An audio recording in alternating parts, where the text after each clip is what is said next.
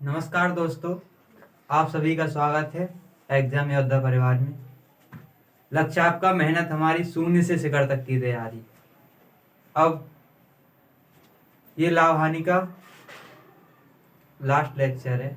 इसके बाद जब भी कराऊंगा मैं आप लोगों को मिक्स प्रैक्टिस कराऊंगा, अलग से टॉपिक नहीं कराऊंगा या फिर किसी बैच के थ्रू पढ़ाऊंगा आप लोगों को।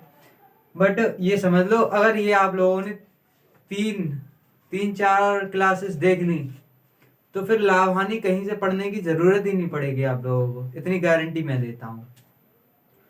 आप में इतना कॉन्फिडेंस आ जाएगा कि हाँ, आप कैसे भी सवाल करने के लिए तैयार हो जाओगे। नेक्स्ट लेवल के सवाल कराता हूं मैं आप लोगों को। एक सवाल दे रखा है कि चावल का दाम 25% बढ़ गया। चावल का दाम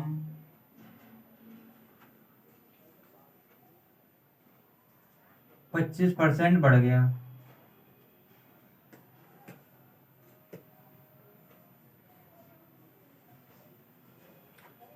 चावल का दाम 25% बढ़ गया है, जिससे 400 रुपए में 10 किलो चावल कम मिले। 400 रुपए में 10 किलो चावल, जिससे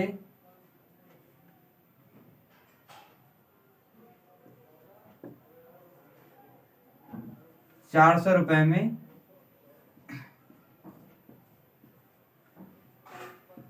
10 किलोग्राम चावल कम मिलते हैं। चावल कम मिलते हैं।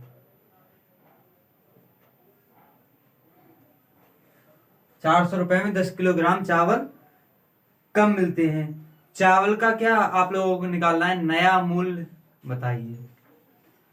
चावल का दाम 25% बढ़ गया, जिससे 400 रुपए में 10 किलोग्राम चावल कम मिलते हैं। चावल का आप लोगों को नया मूल्य निकालना है। तो इस तरह की क्वेश्चन कैसे करते हैं, सबसे पहले तो नया मूल्य, कीमत लिखते हैं।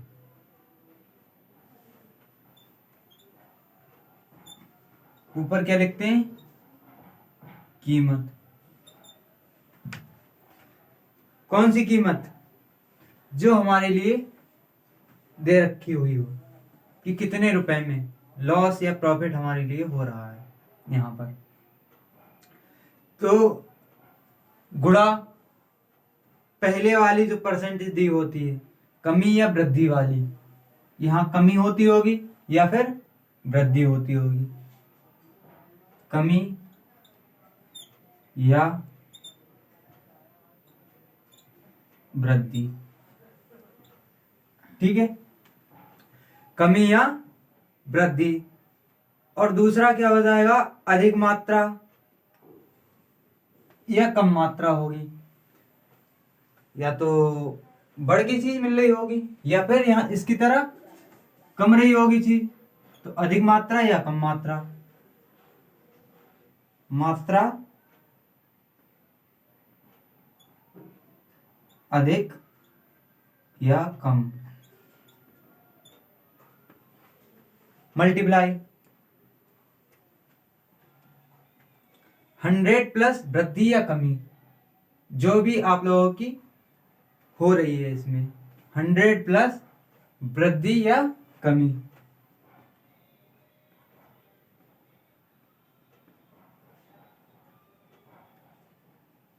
कमी, ठीक है।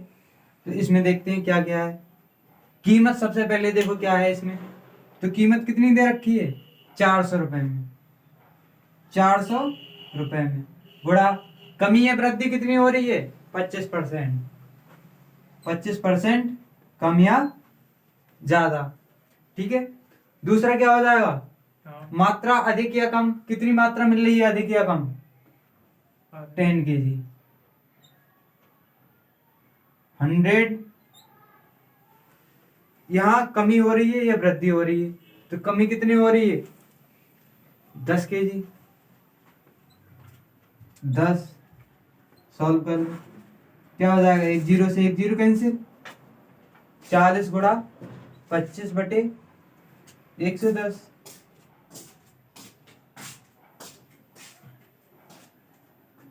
कितना हो जाएगा? 40 गुणा 25/110। अधिक या कम मात्रा?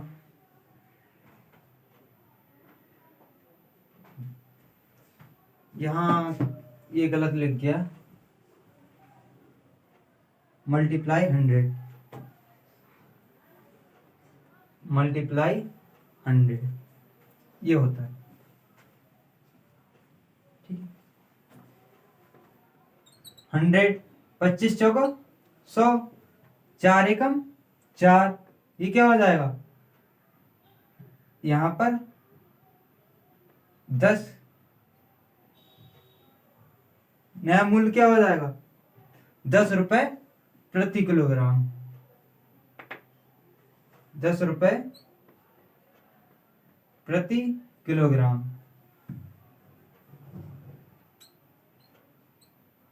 प्रति किलोग्राम। इस तरह से ऐसे क्वेश्चन आप लोग कर सकते हो। और भी क्वेश्चन कराता हूं मैं आप लोगों को, जैसे कंफ्यूजन आप लोगों का दूर हो जाए। एक बार और देख लीजिए, चावल का दाम 25% बढ़ गया, जिससे 400 रुपए में 10 किलोग्राम चावल कम मिलते हैं। तो क्या हो गया? कीमत कमी या वृद्धि कितने की हो रही है? मात्रा अधिक या कम गुणा 100। ठीक है, अगर साथ में परसेंटेज दे रखी होती है पुराने भाव की, तो वो अधिक या ज्यादा कर लेते हैं। ठीक है, इसे रफ करता हूं मैं, और एक उसी तरह का सवाल आप लोगों को देता हूं मैं।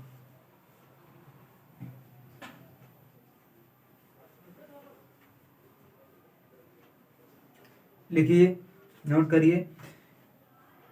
मैदा 10% महंगा हो गया, जिससे 440 रुपए में 2 किलोग्राम कम मैदा मिलता है। मैदा 10% महंगा हो गया। मैदा 10% महंगा हो गया, जिससे 440 रुपए में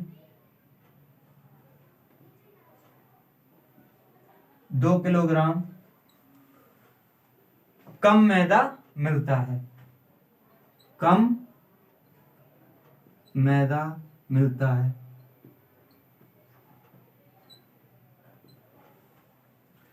कितना हो गया? हमारे पास 3 फिगर आ गए। मैदा का पुराना भाव ज्ञात कीजिए। मैदा का पुराना भाव हमारे लिए ज्ञात करना है। उसमें क्या नया भाव ज्ञात करना था, जो भी है। अब हमारे लिए क्या ज्ञात करना है? पुराना भाव ज्ञात करना है। तो इसमें क्या करेंगे? सबसे पहले तो जो मात्रा दे रखी होती है, पुराना भाव,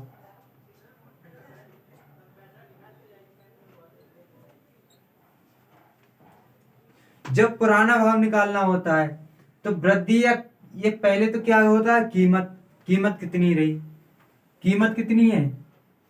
440 गुणा वृद्धि या कमी जो भी रहती है, कि वृद्धि या कमी कितनी हुई। तो वृद्धि या कमी कितने परसेंट हुई? 10%। 10% की। ठीक है, बटे अधिक तथा कम मात्रा जो भी हो। कितनी मात्रा कम या अधिक हो रही है? सेम उसी की तरह 2। मगर यहां क्या करते हैं? 100 में वो मात्रा जोड़ लेते हैं, वृद्धि या कमी वाली। ठीक है, जितनी वृद्धि या कमी हो रही है यहां पर क्या कर लेते हैं? 100 में ऐड कर लेते हैं, जो पिछली बार फॉर्मूला वृद्धि या कमी। ठीक है, इस तरह से हम कर लेते हैं। यहां पर बस कितना चेंज है? वहां क्या था? कीमत थी, वृद्धि या कमी थी, बटे 2 गुणा 100। और यहां क्या है? प्लस माइनस वृद्धि या कमी, जब पुराना भाव निकालना हो तो। कर लो एक बार जरा। यहां वृद्धि या कमी कितने की हो रही है? 10% महंगा हो रहा है, 10% महंगा हो रहा है तो क्या हो जाएगा, ऐड हो जाएगा 10। यहाँ देख लो क्या हो जाएगा, 220 आ जाएगा, 220 गुणा 10 अपॉन ये क्या हो जाएगा 110। एक जीरो से एक जीरो कैंसिल, 11 दूनी 22, ये 20 रुपए प्रति केजी। ठीक है, 20 रुपए क्या हो जाएगा प्रति केजी। इस तरह से आप लोग इसके सवाल कर सकते हो। और भी प्रैक्टिस के लिए मैं सवाल ले रहा हूं।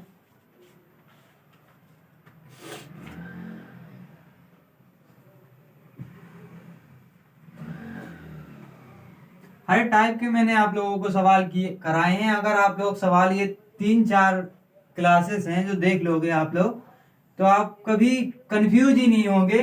लाभ और हानि के 1-2 बार रिपीट कर लेना, बस मेथड जो बताए हैं वो लिख लेना, नोट कर लेना, अपने पास रख लेना, जिससे आप लोग हर तरह के सवाल कर सकते हो। ये क्वेश्चन देता हूं मैं, किसी वस्तु को 24 रुपए में बेचने पर उतने ही प्रतिशत लाभ होता है जितना वस्तु का विक्रय मूल्य है।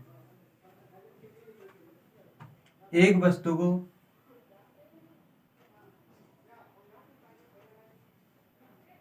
वस्तु को 24 रुपए में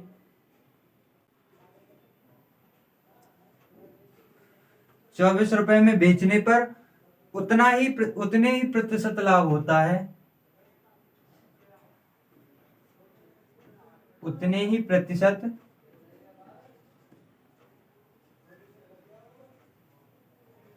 लाभ होता है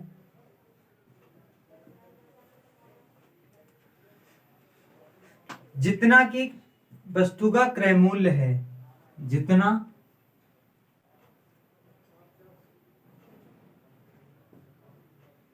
वस्तु का क्रय मूल्य है।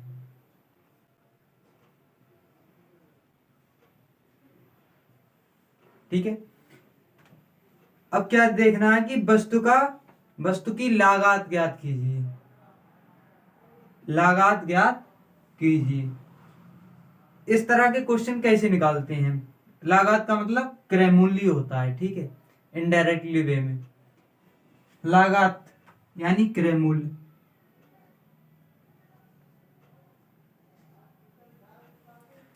इन सवालों को निकालने के लिए क्या करते हैं, क्रय मूल्य बराबर 10 अंडर रूट में क्या लेते हैं, अंडर रूट में लेते हैं 25 प्लस वस्तु का मूल्य, 25 प्लस वस्तु का मूल्य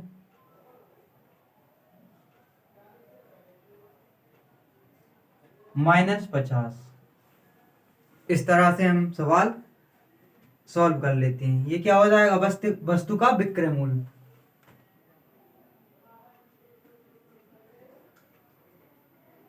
विक्रय मूल्य, ठीक है,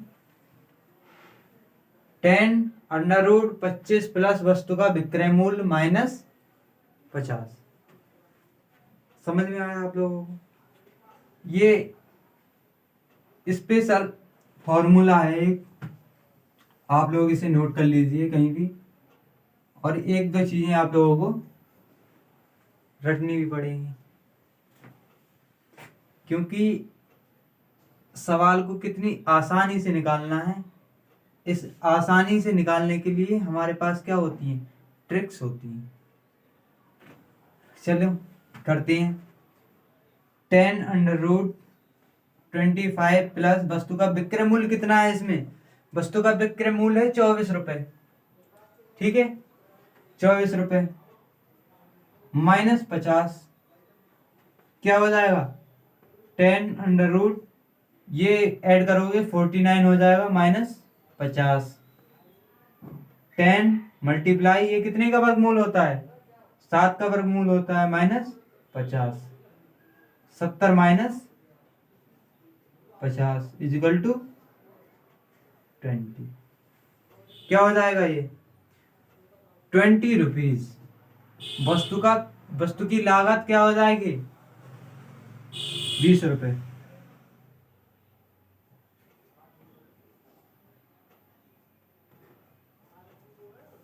20 रुपए मात्र।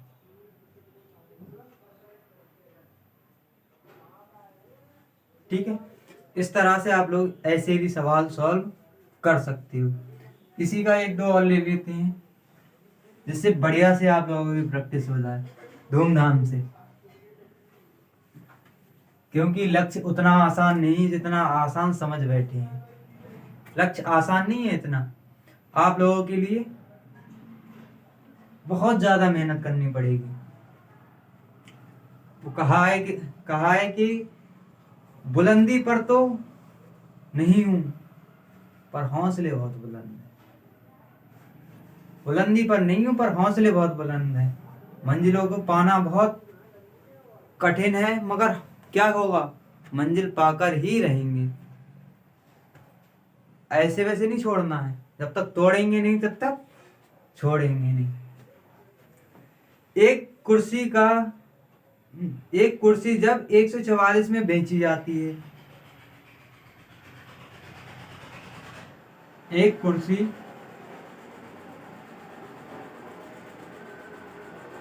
144 में बेची जाती है,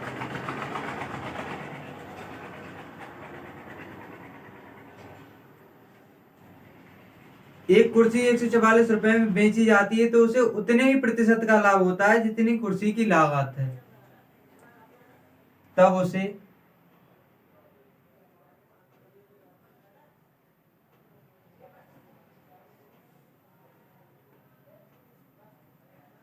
उतने ही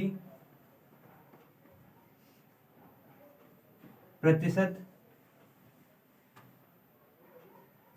का लाभ होता है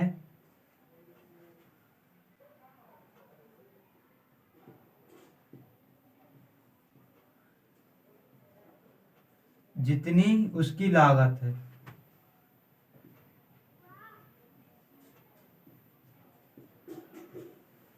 अब आप लोगों की क्या निकालना है, समझ ही गए होंगे। क्रय मूल्य निकालना है, लागत निकालनी है। लागत कैसे निकालते हैं, इस फॉर्मूले से निकालो।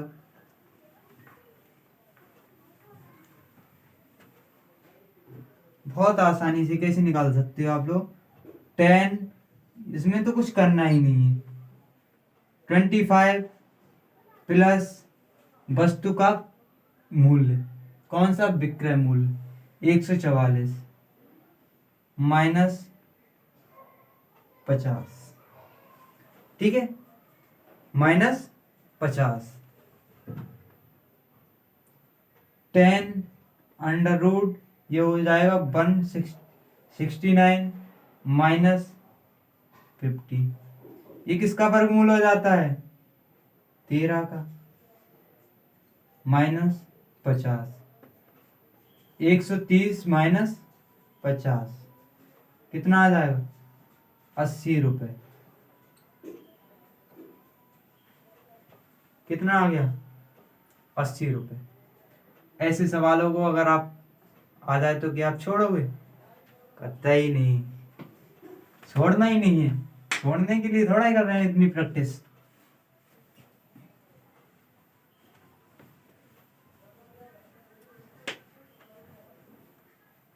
चलिए, और दो जो बचे हुए एक दो टाइप हैं जैसे क्वेश्चन आ सकते हैं, करते हैं।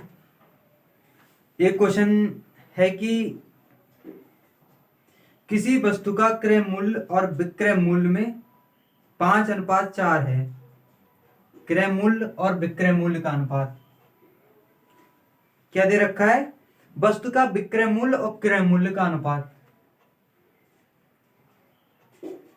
किसी वस्तु का, मैं क्वेश्चन आप लोगों को टाइम लगता है मगर लिख देता हूं इस वजह से कि आप लोग स्क्रीनशॉट ले लो, और स्क्रीनशॉट लोगे अगर क्वेश्चन नहीं होगा तो कुछ समझ में ही आएगा नहीं, इस वजह से लिखने में थोड़ा टाइम वेस्ट होता है। बट मैं जल्दी से जल्दी कोशिश करूंगा आप लोगों को कि ये भी समस्या आप लोगों की दूर की जाए।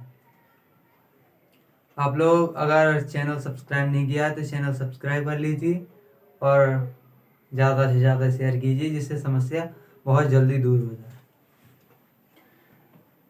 हाँ, किसी वस्तु का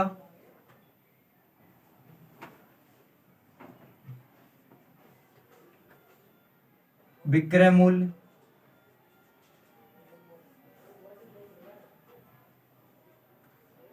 और क्रय मूल्य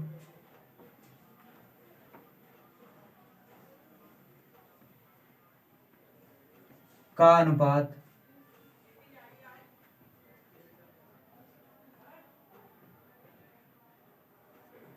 5:4 है। कितना है? 5:4 है। बताइए वस्तु को बेचने में कितने प्रतिशत लाभ होगा? वस्तु को बेचने में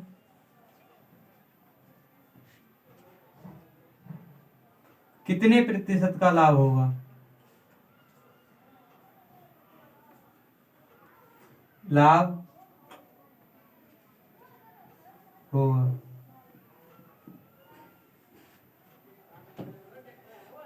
इन सवालों को कैसे निकाल सकते हो आप लोग? ये क्या है? विक्रय मूल्य।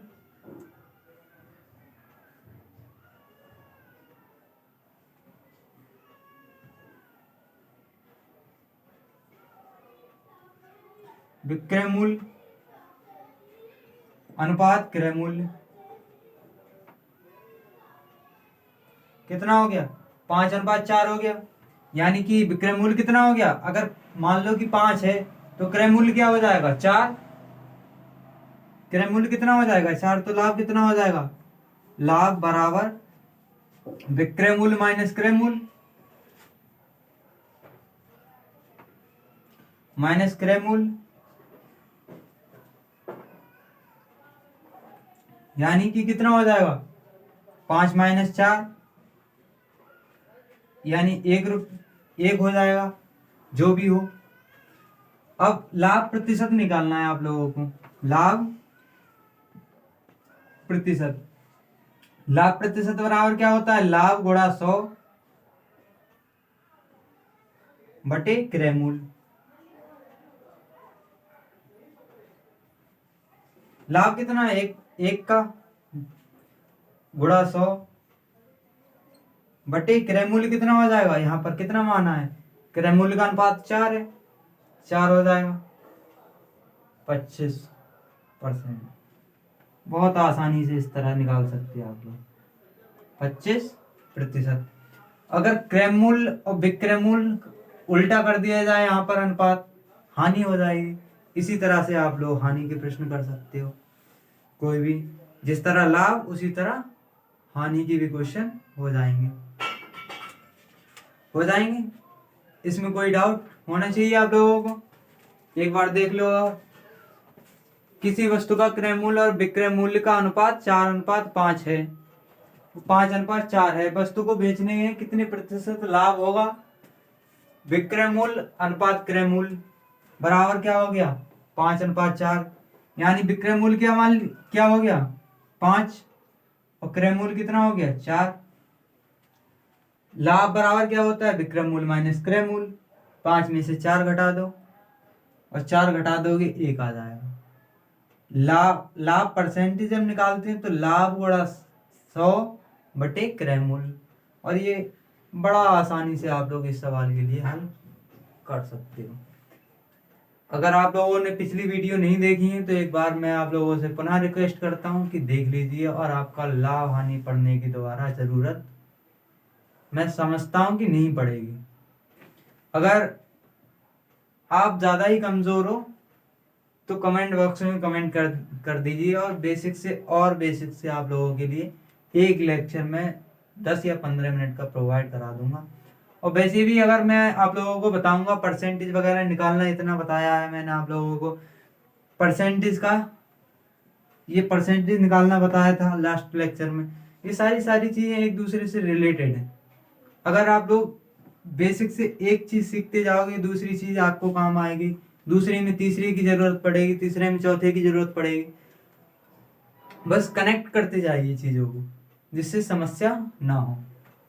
चलो इसे रफ करता हूं।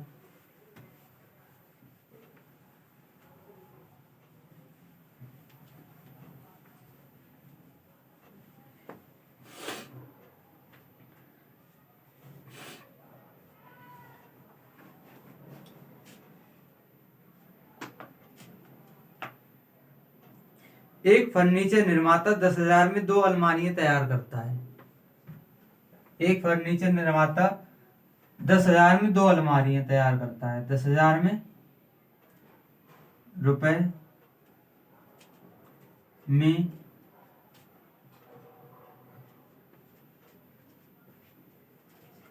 अलमारियां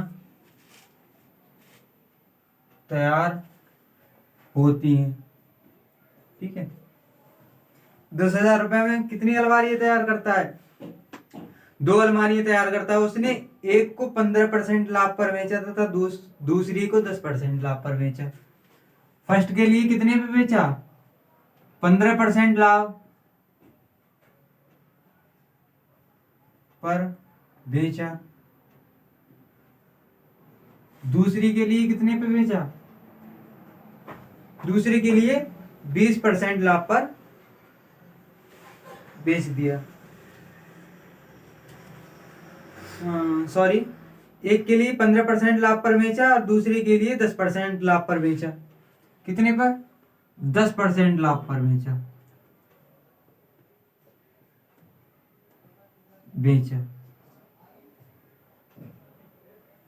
अब हमें क्या देखना है कि प्रत्येक अलमारी की लागत ज्ञात करनी है। यदि इस प्रकार दोनों पर उसे 12% लाभ प्राप्त होता है।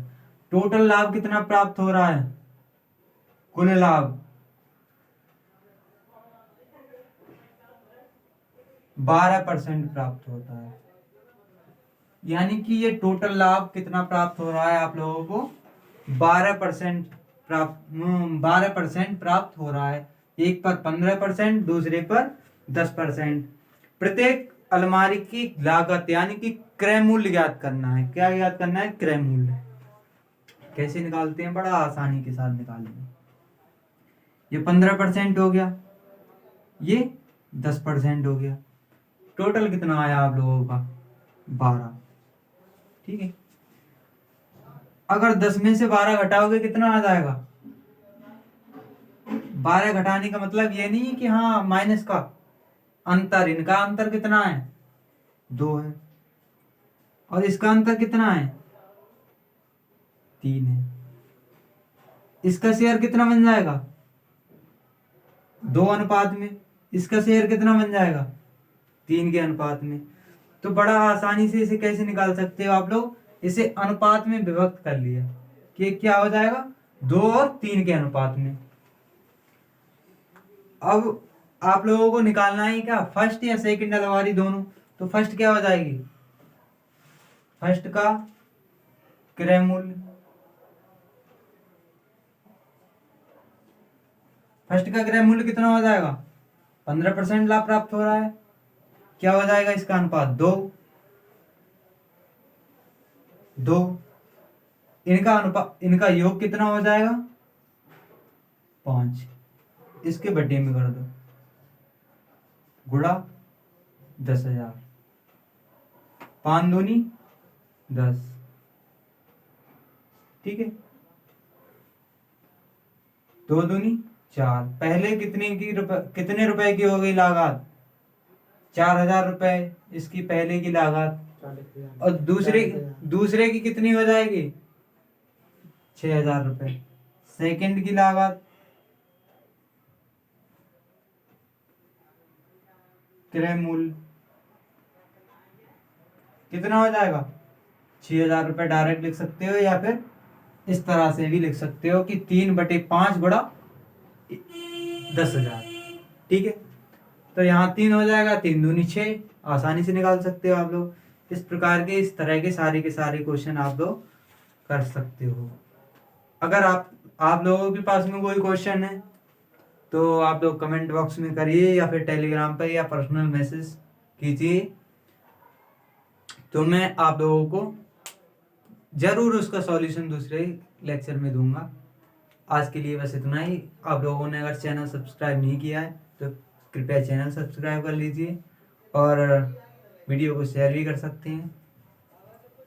लाइक तो करना ना भूलें। धन्यवाद।